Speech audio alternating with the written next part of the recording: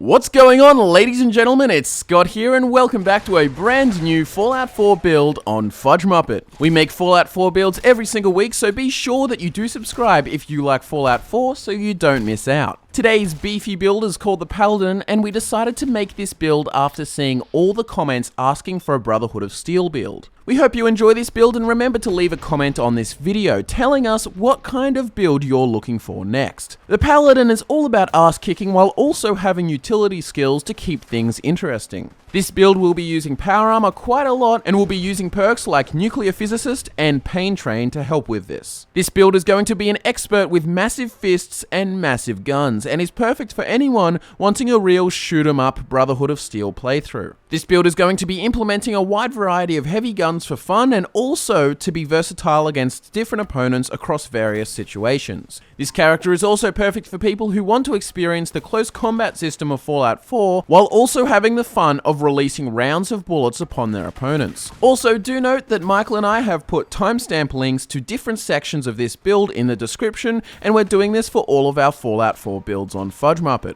This is great for those people who want to skip the backstory, and also for once you finish the video and you want to review information. With that said, let's get into the Paladin's backstory. The Paladin was raised in Boston and grew up with parents that loved their nation, their soldiers, and their son. They were what many people would consider unrefined, and they were very frugal with their spending due to fairly low income. They were also as anti-communist as someone could possibly get, and their intelligence could be kindly titled as subpar. Despite their xenophobic nature and lack of intellect, the mother and father of the Paladin were both very loving and proud of their son.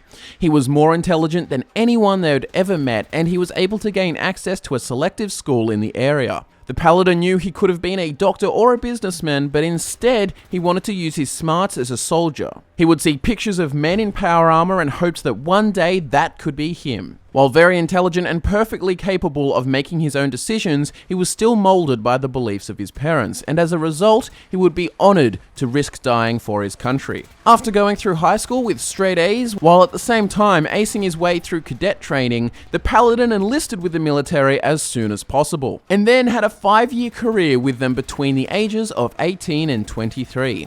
It wasn't long before he was wearing power armor and tearing up the battlefield with an incredible amount of strength and tactical intuition. Eventually, however, the Paladin's term with the military ended, and he decided to take a short break before he would re-enlist. He wasn't really expecting to find the woman of his dreams during this time, but one night, there she was in the corner of a local bar. A successful lawyer who had a bad day and a little bit too much to drink. During the Paladin's break, the two fell in love and Sean was conceived. Sean's birth wasn't actually planned, but the two decided to get married and settle down anyway. They would fully embrace the family life, and the Paladin decided he would have to abstain from his passion for a while to raise his child. The Paladin couldn't believe he was doing this, but he was okay with being a father for now. He assumed this was his biological instinct coming into full force. Eventually, the Paladin had everything he wanted from America: a great wife, a child, a house, a car, and the opportunity to fight for his country.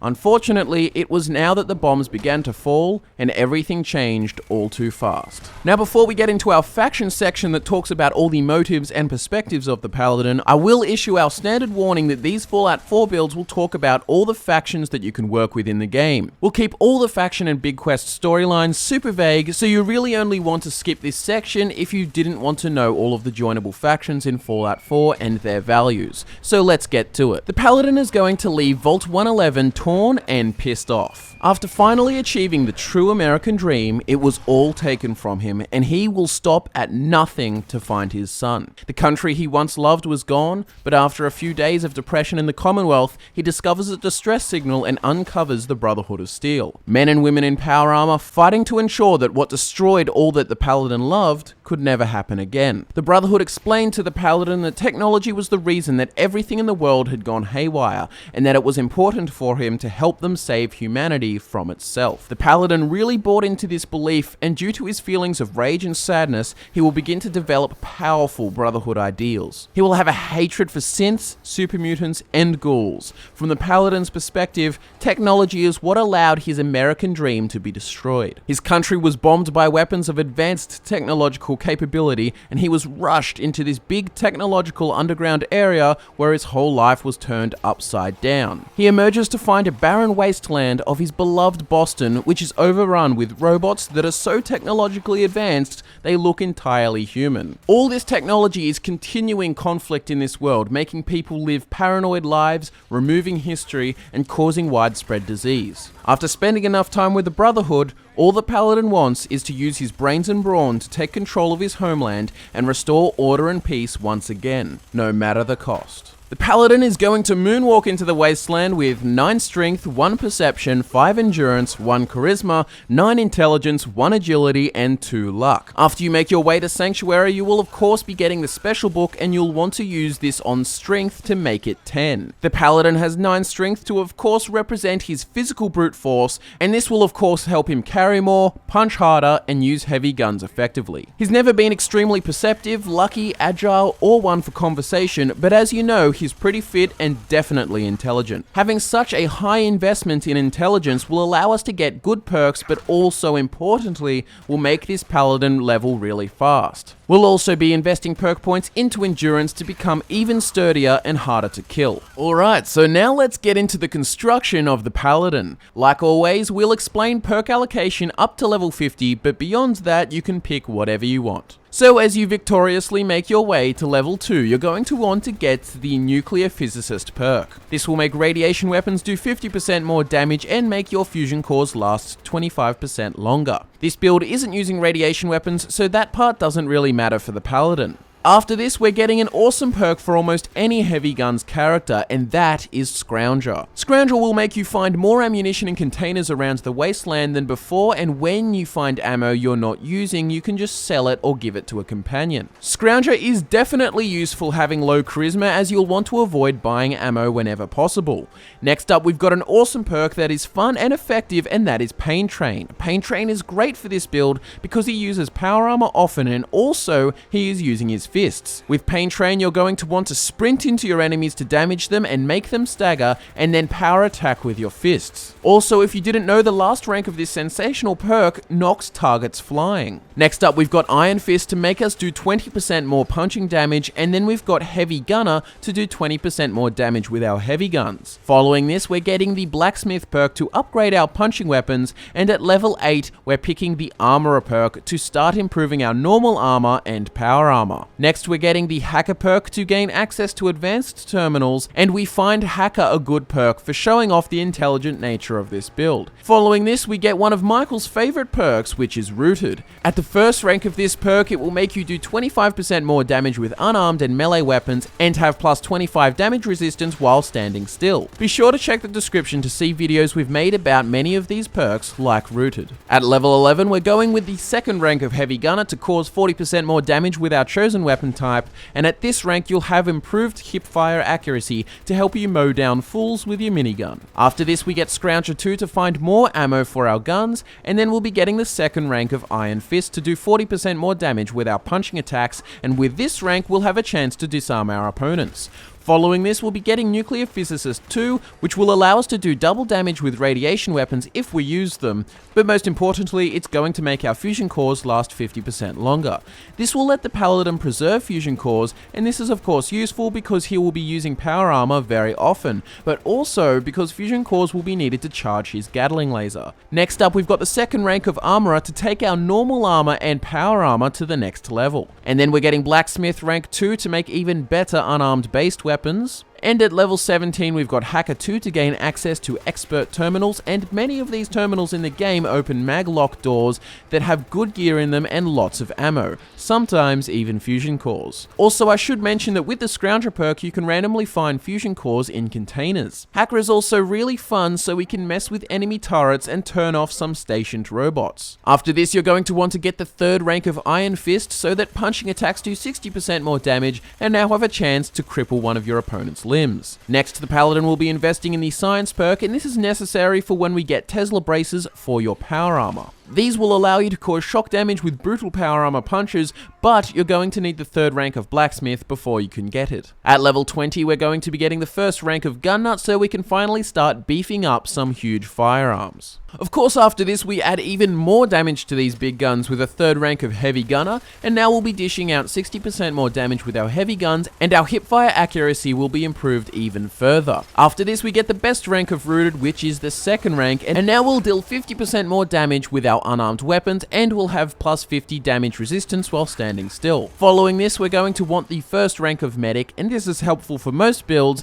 and it's going to allow you to heal 40% of your max health with a stim pack, and also remove 40% of your max potential radiation using Radaway. After this, we'll be adding a point to Endurance to increase our health a bit more, and then at level 25, we're getting the 2nd rank of Science to gain access to some more science mods. This will definitely help us with power armor customization. Next up, we've got the final rank of Nuclear Physicist, and this is absolutely beast for the Paladin build. Now your fusion cores will last twice as long, and you'll be able to eject them like a grenade to cause a massive explosion. Now you'll be able to use power armor more than ever before to ensure that the Brotherhood of Steel are victorious. Following this, we're getting the 3rd rank of Scrounger to find even more ammo in the Wasteland, and then we're getting the 3rd rank of Armorer to take our normal armor and power armor to a whole new level. At level 29, we're getting the 3rd rank of Blacksmith to make some awesome punching weapons, and also to get the Tesla braces I mentioned earlier. And then after that, we'll be getting the 3rd rank of Hacker to hack master terminals, which means you can access any leveled terminal in the game. Next up, it's time to get some more punching power, 80% to be exact, with a 4th rank of Iron Fist. At this rank, your punches have an even bigger chance to cripple your opponent's limbs, and after this, you're going to want to get the 2nd rank of Pain Train. Now you can sprint into your enemies in power armor to cause severe damage and even bigger staggers. Also, I should mention that Pain Train doesn't really affect large enemies. Next up is the 3rd rank of Science to customize even better science-based gear, and then at level 34 you're going to get the 2nd rank of Gun Nut to upgrade all of your guns even further. Remember, Science will be used with Gun Nut for some upgrades on things like the Gatling laser. After this, we get the 2nd rank of Medic to make sure Stimpaks restore 60% of our max HP and Radaway removes 60% of radiation. The Paladin will then be investing a perk point into Endurance to be even more fortified, and then he's going to get the 4th and final rank of Scrounger to find even more ammunition throughout the Wasteland. Now you'll be finding heaps of ammo everywhere. After this, we get the 4th rank of Heavy Gunner to deal 80% more damage with our big-ass guns, and at this rank we'll have a chance to stagger our opponent. This is really helpful against super aggressive enemy types because you'll stop them in their tracks before they can do something like rush you with a mini nuke or blast you with a minigun. Following this, we'll be getting the 4th rank of Armorer to give our power armor and normal armor some beast enhancements. And then at level 40, we'll be getting the 3rd rank of Gun Nut to modify our big guns even more. Finally, we get the 4th rank of Science, and now we can do whatever we want with power armor in Fallout 4, including making a jetpack if you want one. Next up, we put another point into Endurance to be even sturdier, and at level 43, we're getting the final rank of Rooted. Now, when you're standing still on top of all the damage resistance and increased damage, you'll have a chance to disarm melee opponents who attack you. This is really fun because it puts everyone on your level. It forces them to use unarmed, and because they probably don't have any punching weapons, they're not going to do much damage. Next up is the 3rd rank of Medic to make Stimpaks and Radaway remove or restore 80% of health or radiation. And then we're going to go with the final rank of Gun Nut to build the biggest and baddest guns in Fallout 4. With Science, Gun Nut, Armorer, and Blacksmith, we can now make whatever the hell we want. At level 46, we're getting the 5th and final rank of Iron Fist, and now your punching attacks will do double damage and critical hits in VATS will paralyze your opponents. This is a nice callback to the paralyzing palm perk from the previous Fallout games. Next up, the Paladin is getting the final rank of Heavy Gunner to do double damage with all his heavy guns, and then he's going to invest in a point of Endurance to get even more health than before. To help with keeping his health nice and plentiful, we're getting the final rank of Medic so that Radaway removes all radiation and Stimpaks restore all of your health. At this rank, healing will happen at a much faster rate, and this is helpful if you want to play the Paladin build on survival difficulty. Finally, at a solid level 50, the Paladin will get the final rank of Pain Train so that he can pummel his opponents with a sprinting charge that will inflict massive damage and send them through the air and onto the ground. Using this perk, you can easily finish off many targets in a row and also knock knock down tough opponents so you can focus all your energy on punching them to death instead of avoiding damage. The endgame special stats for the Paladin at level 50 are going to be 11 strength, 2 perception, 10 endurance, 2 charisma, 10 intelligence, 2 agility, and 3 luck. This includes the stat gains from the bobbleheads and the special book, but doesn't take gear like power armor into account. Like most of our builds, gear is going to be explained as early game, mid game, and end game, and this refers to what level you're at as opposed to your progress in the main storyline. Also keep in mind that while this character will have beast armor outside of the power armor suit, you're going to want to use power armor most of the time in your playthrough. So starting off, the Paladin is going to wear whatever clothing he can find until he can find himself a Brotherhood of Steel outfit. You can get one of these when you're helping the Brotherhood with the Lost Patrol quest.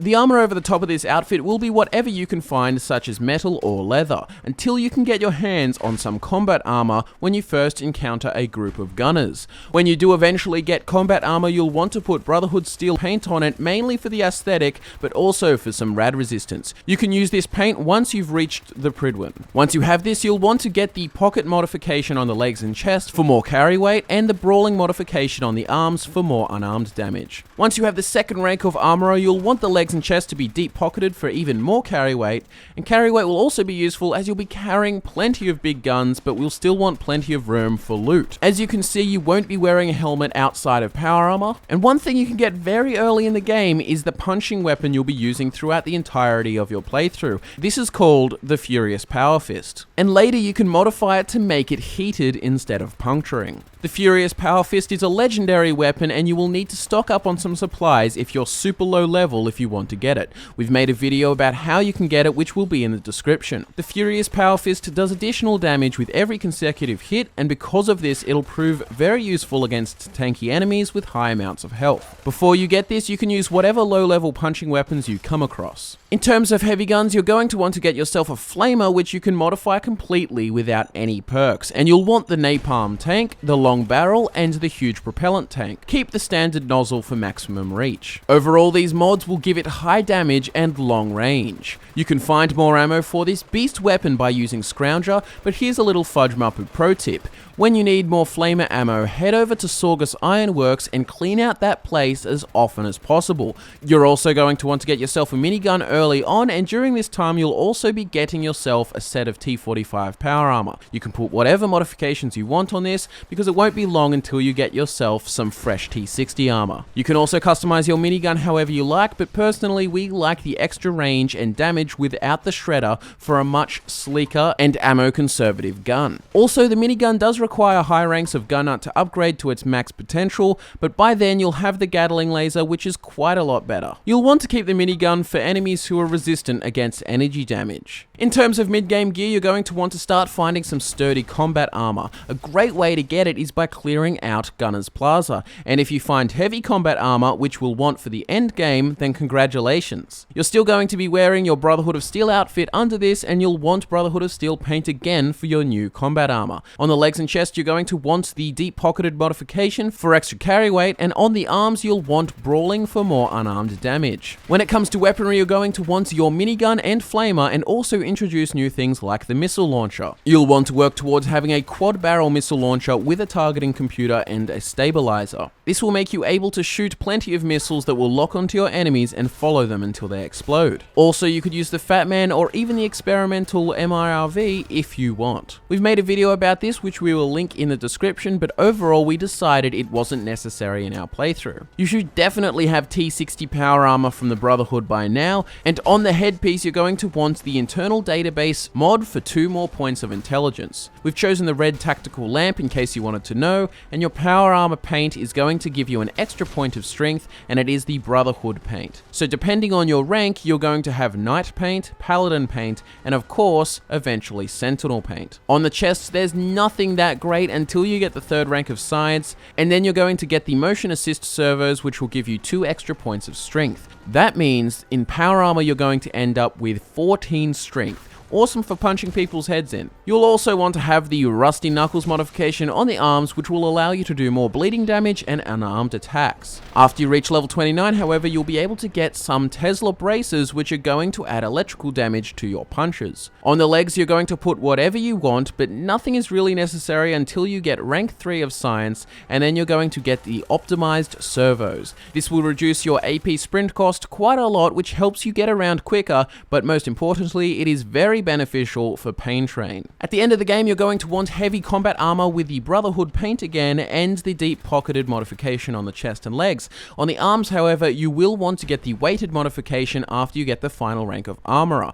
This will allow you to ignore some of your target's armor with your unarmed attacks. In terms of weapons, you will of course want to get all modifications we mentioned earlier and make the most out of your flamer, minigun, and missile launcher. You're also going to want to have a Gatling laser by now, and you can just buy one on the Pridwin. If you have enough caps, this can be done around level 30. On the Gatling laser, you're going to want the overcharged capacitor, the standard barrel, the reflex sight, and the beam focuser. The charging barrel is also an option if you want to conserve more fusion cores. In terms of your T60 power armor, I've basically explained everything already, but now you can have the jetpack on the chest piece if you really want to. We preferred the extra strength for this character. Another option for the headpiece is the targeting HUD attachment. This will make all living targets highlighted, which can be useful for those ghouls and synths who are lying down pretending to be inactive or dead. This is of course completely up to you. It's way cooler than it is effective. When it comes to companions, there aren't many that are compatible with the Paladin's point of view and beliefs, and you're going to not want companions like Strong and Nick Valentine, as the Paladin does not like super mutants or synths. You will also want to use Dance, and any of his quest choices are up to you. Kate tends to be a very suitable companion for this build, and you can definitely romance her if you want to. Kate will eventually agree with the Paladin joining the Brotherhood of Steel and is happy with many morally grey activities you get involved in. Regarding settlements, the Paladin isn't overly fast, it's very much up to you. He's very happy on the Pridwin away from any of the Commonwealth filth, and if you want to build settlements, then you can create bases in discrete areas and then roleplay that these are small recon stations that you can stay at while working on Brotherhood missions. And that concludes another Fallout 4 build on FudgeMuppet. Thanks so much for watching the Paladin, and if you love Fallout 4, then be sure to subscribe because we've got heaps of Fallout 4 builds, guides, and discussions coming soon. Like this video if you love the Brotherhood of Steel, and share the Paladin around if you think that this build deserves it. Remember to check the description for links to our guides and social media pages, and I'll see you soon with some more Fallout 4. Ad Victoriam.